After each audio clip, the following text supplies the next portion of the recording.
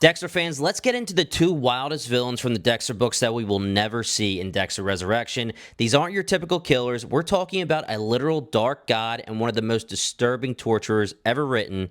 Spoilers ahead. So first up, let's talk about Moloch. In the Dexter book series, things get very supernatural in the book Dexter in the Dark. In this book, it's revealed that Moloch is basically the origin of the Dark Passenger itself. Here's how it plays out. In the books, Moloch exists as an evil god. This god creates children, living supernatural manifestations of darkness. And Dexter's Dark Passenger? Yeah, it's one of those creations. So Dexter's Dark Passenger isn't just a way of symbolically, metaphorically explaining his darkness. The Dark Passenger is a literal supernatural entity that makes Dexter the way he is. There's even a cult, the Cult of the Watchers, who worship Moloch with fire rituals and sacrifices, and this cult believes Dexter's Dark Passenger is a threat to Moloch, and at one point, they capture Dexter and his stepdaughter Aster. But then here's where it gets wild. When Moloch actually encounters Dexter, his Dark Passenger abandons him. It's literally scared off. Dexter's dark edge is gone. Meanwhile, Cody, yes, Cody as in Master Cody, Cody's Dark Passenger stands its ground. It fights back against Moloch and takes care of business.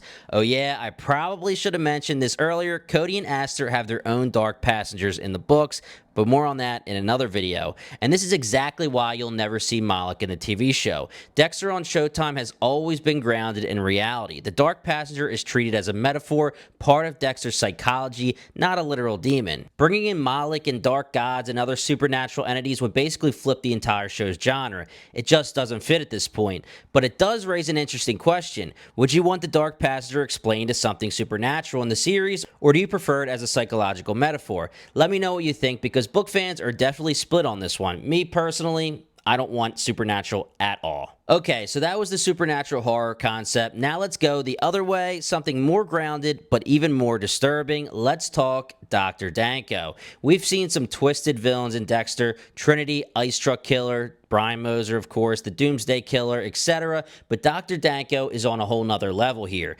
Danko was a former U.S. Special Forces member who turned into one of the most sadistic torturers you'll ever read about. His method, a twisted version of Hangman. After capturing his victims, every wrong guess meant losing a body part, eyelids, tongue, lips, limbs, and to make it even worse, he strapped a mirror above the table where his victims were trapped, so they had to watch their own mutilation in real time. But here's the most disturbing part. Dr. Danko didn't even want his victims dead. He wanted them alive, broken bodies, but with their full consciousness. One of his victims in the books was none other than James Dokes. Yes, that James Dokes, actually named Albert Dokes in the books. Danko captures him, and Dokes barely survives thanks to Deborah Morgan stepping in at the last moment. But even though Deborah saved him, Dokes lost his tongue and several limbs. He lived, but he was permanently changed forever, and not a huge part of the books after that. So here's why we'll never see Danko in Dexter Resurrection. One, he's too graphic, even by Dexter standards, and two, his entire storyline depends on Dokes being alive, which he hasn't been since season 2, of course.